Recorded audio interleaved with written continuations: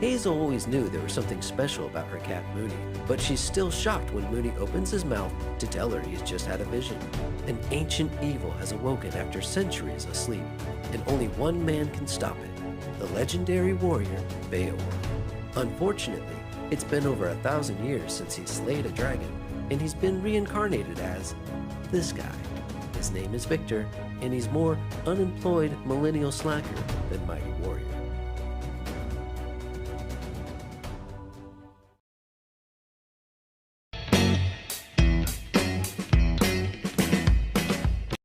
My name's Grant. This is Angie.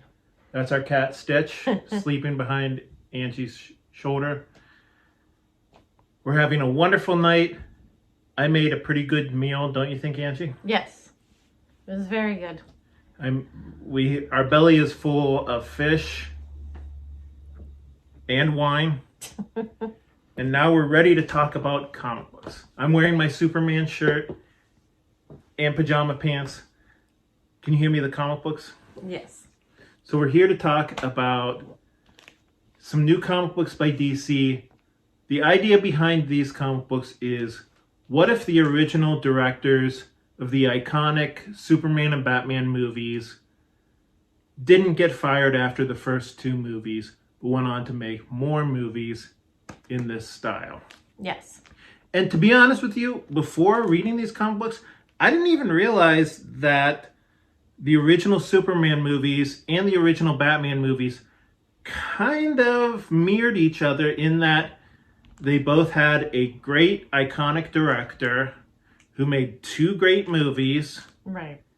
And then they got fired, and those movies went on to kind of be garbage. Yeah, the rest is notorious. Infamous. Infamous. Yeah. So you're a couple years older than me, but when we were kids, these movies ruled our lives. Yes. I don't know about you, but I remember, like, if my mom wanted an afternoon to herself, she put on those original two Superman movies or the Batman movie. Yeah. So for anybody who does not know us very well, my favorite comic book character is Batman, and Grant's is Superman. You can tell by I'm wearing my Superman pajamas. I don't have a Batman hoodie. We have very strong opinions on the movies, Superman, and various actors. Yeah, but I like the Batman movies too. But not all of them. Well, yeah, nobody likes all of them. I mean, I would hate to meet somebody who likes all of the Batman movies. That would just be a weird person, wouldn't it? Yes. But we're not talking about the movies today. We're talking about the books. Well, I did kind of want to talk about the Superman movies a little bit more and the Batman movies a little bit more, because when I look back on it and I think about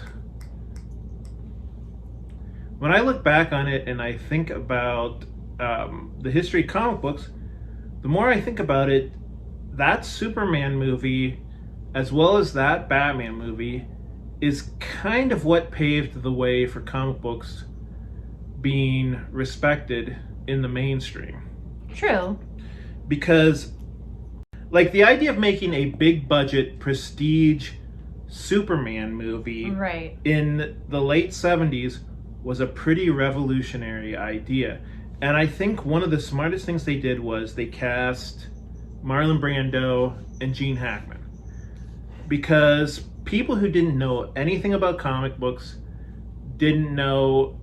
weren't necessarily culturally aware people, they knew that Marlon Brando was a well-respected actor. Right. So we're going to start talking about Superman 78, and next time we will discuss Batman 89.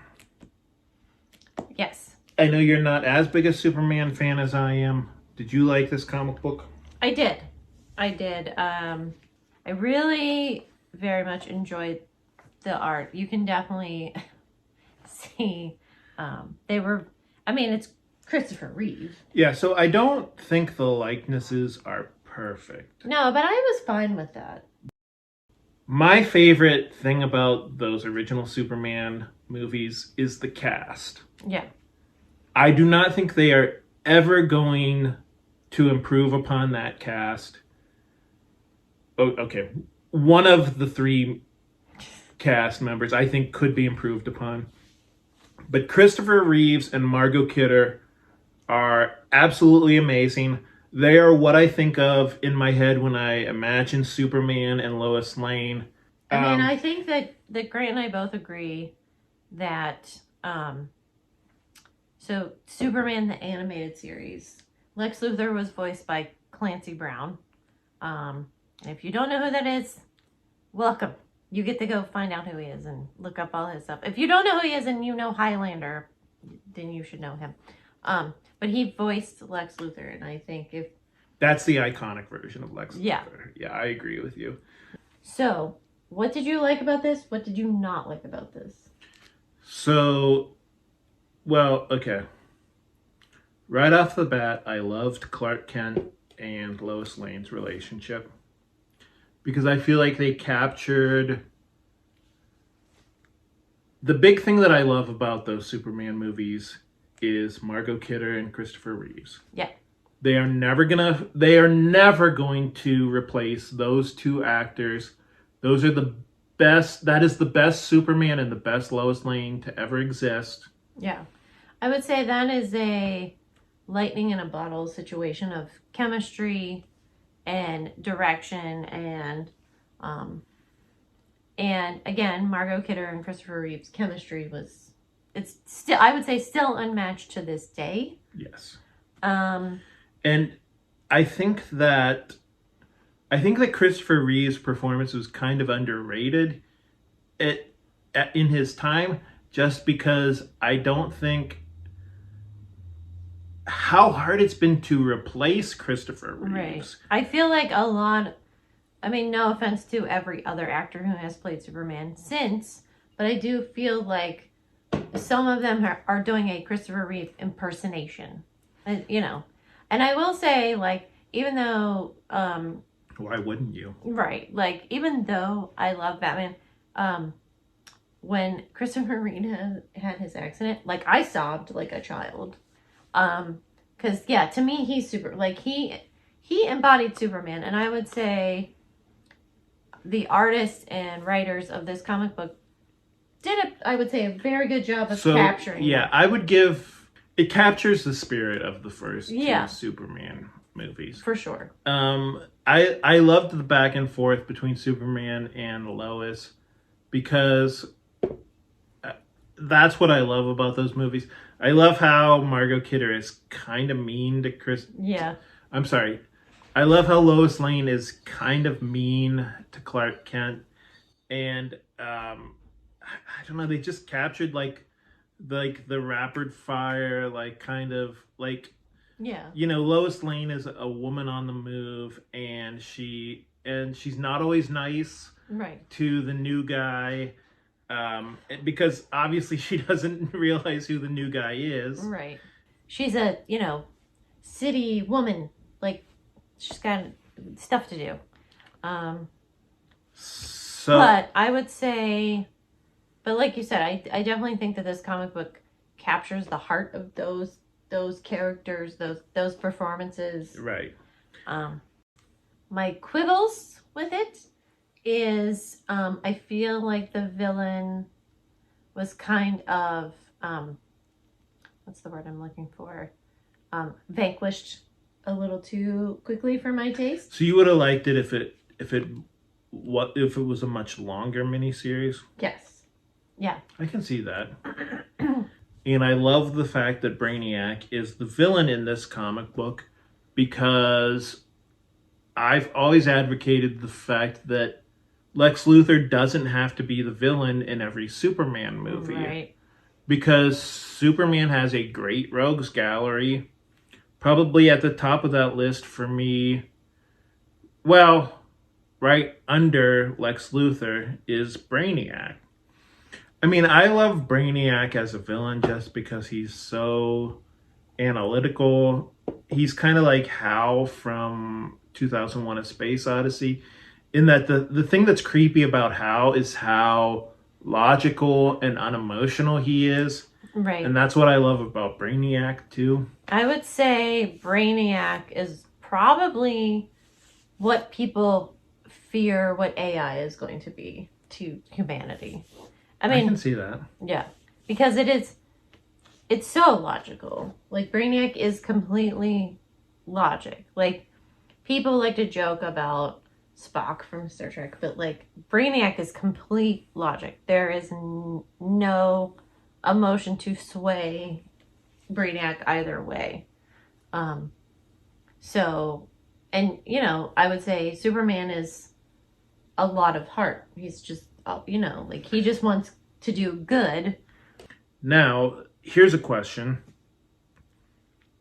The special effects that when Brainiac shows up, they probably couldn't have pulled off in 1978. No. So is that a plus or a minus for this comic book? I think it depends on how you view it. Like, yeah, it's supposed to, it's supposed to be 1978, but as you pointed out, like they had no access to that kind of technology to make those special effects. Right. I did like the fact that they made Brainiac complicit in the destruction of Krypton. That was something that they came up with for the Superman the Animated Series, but yeah, those TV shows are great. Yeah.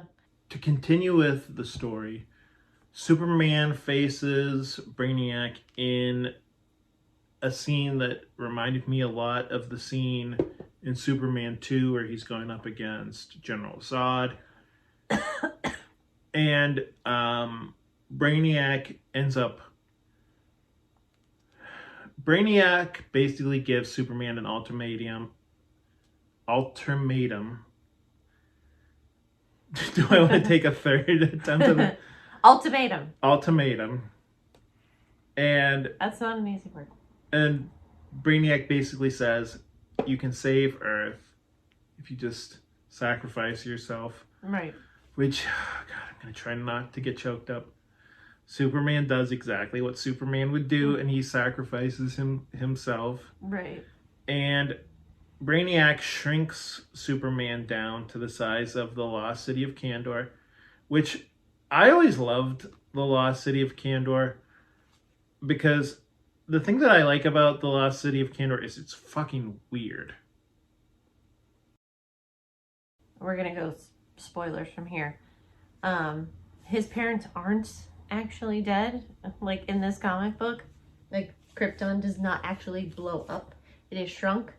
I mean, it's so that was from the comic books, I will tell you. I understand that, but I think I would say the general public's perception of that is that like he's the last Krypton, right? So he is a man out of place in the world, and so like he's always been a symbol of like the immigrant, not necessarily a bad thing. So that kind of changed the conversation a little bit. Like, no, his society still exists. And that's when you see Lex Luthor kind of come into play, because Lex Luthor actually ends up rescuing Superman. And there is a big knock him down, no holds barred brawl with Brainiac at the end. Right. Which is, I would say, interesting because, Brainiac's like, oh, I'm all about my brain. But, like, yeah, it does come down a little bit to, I would say, an equal part of brain and brawn in terms of Superman. With help from Lex Luthor.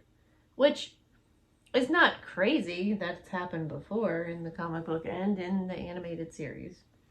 Yeah, again, I would say this comic book there's some mild flaws in it, but like, if you are a massive Superman fan, you're gonna really, really like this. Even though not huge Superman fan, I would say you would still really like this. If you have any love of those older Superman movies, which, like we said before, those were our childhoods. Right, yeah. I would say, check it out at your local library, because libraries need the help. And read it, enjoy it, take it out for a long time, and then go buy a copy of it. But I would say, for my rating, I would say 8.5 out of 10. I think that's about where I am too. I loved it too. Yeah. But this is part 1. Next time we're gonna do Batman 89. And we might be in the same setting, we might not. Because we're definitely not doing both of these episodes in the same evening. No. All right. Bye, guys. See you next time. Bye, everybody. Thanks for watching. Bye.